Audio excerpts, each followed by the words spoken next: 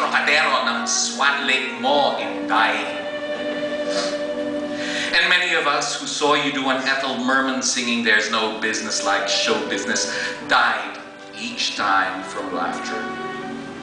I still laugh at the shower reliving it.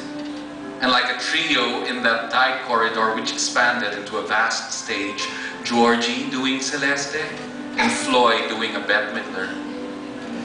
And I would see you always in an emerald green flamenco with serpent train gliding down the piano bridge in a cabaret come burlesque of a cruel nurse-turned torch singer among pink umbrellas rising like bubbles from the medicine in a glass while you sang.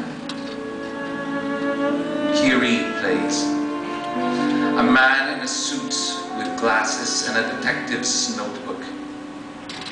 He gets a crucifix and mimes the director's death. Bless me, Father, you say in a voice so deep in mystery and layered with the guise of a sneer only you could execute so well, for I have killed a man. And I remember you in centrifugal twirls and an energy as great as a primordial beast and a power that later Ishmael Bernal would say, panting, he had a hard time rising to you after your scene. Nako si Ogie, signal number 3.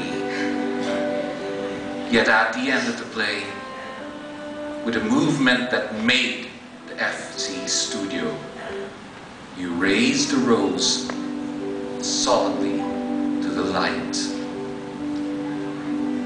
Talaga namang walang kabahit-bahit ng karamutan ang pag-arte ni Ogie.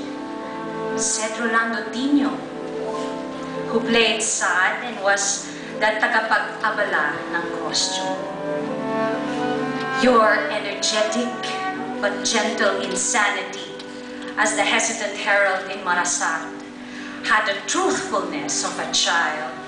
Pero naku, you refused to have your costume washed and you insisted that it had to smell like the National Mental Hospital in Mandaluyong, where we all went to immerse ourselves in the cruelty of insanity.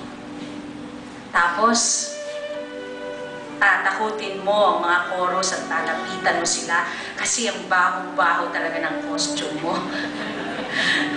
Kaya mag-a-acting-actingan naman ang iba, kunyari, nag-epileptic at nervous claws para lang matakpan nila ang kanilang mga mukha.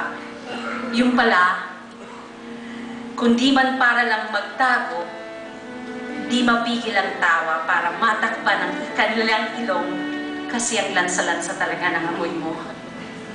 Ang audience, sense around tuloy. There may be others who shall remember you as an enigma. Never mind. At one point or other in our lives, we all are. Be it to family or to friend, or most especially to those who are half between family and stranger, or half between friend and enemy. We can forgive both ourselves and them because eventually the essence of ourselves is all that remains. You had a passion for what you felt and what you stood for. Between that and the need to survive and make ends meet from our sorry salaries, we all had to ride the beam balance of temper, sensibility, sensitivity, and spirit. All I know is that our lives as theater artists are, in the final analysis, weighed by the generosity to our creative processes and of our expressions to our people. And yet, in spite of all the hardships, the work you have done for the Filipino playwright as director, actor, designer, and your work as educator is your legacy. And no one can see in the clear way you handled masses and social forces on stage in beautiful, sweeping sculptural movement and stands. Your work with heritage is now our heritage as well. And your training of students to become workers, loving of their craft, despite all the fear of the furies of the theater gods. I cannot think of you as smaller than life. Your work always had that passion for the grand style, and this work and process, which I know will continue, and your friendship above everything else, are what we hold of you, and thank you for. I will be forever grateful to you for being so giving of your artistry, as I too was and still am in the process of shaping my own, like a mother learning how to birth. While you are now learning death, and yet evidently victorious because you are freed from the case of the body, challenging the worms.